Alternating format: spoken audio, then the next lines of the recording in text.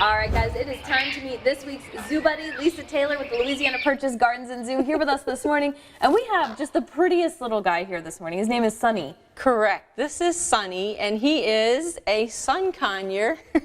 I mean, the name is very fitting. He's gorgeous. Very, very fitting. He looks like the sunshine or the sunset or the sunrise. And these are probably the most colorful of the conures. Yeah. And he's quite a character. He was like chatting with us before he came in. He made his presence very well known, yelling right off the bat this morning. Correct. They are a very loud little parrot, and he, like he said, he's doing his little dances right now. He's super happy this morning. Yeah, I mean, he is a morning person. Of all the animals you've ever brought on the show, I think he may be the most morning animal. I think you're right. These little guys are actually from South America. Close to Brazil, and they live in a tropical area of South America, close to the water, and they camouflage really well. You wouldn't think so with all these bright colors, but they camouflage really well with their habitat, and they really like these certain palm trees that they live in and nest in, and they are fruit and nut and seed eaters, but when they're young, they eat a lot of protein, and you know, for egg production and a lot of calcium, stuff like that. And they're monogamous, so they like to bond with just one bird, one other bird, and they both take care of the babies when they decide to breed.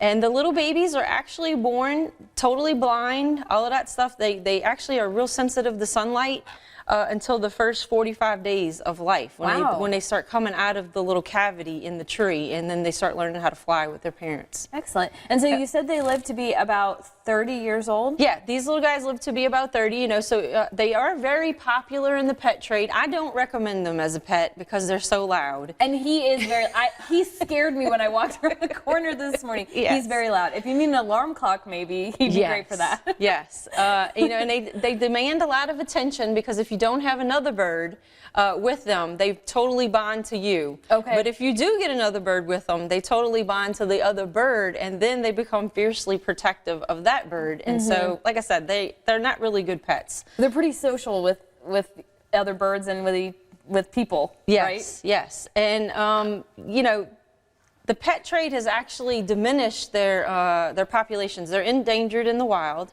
And so they're protected little birds.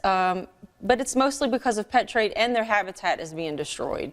So, you know, they're kind of rare to see in the wild.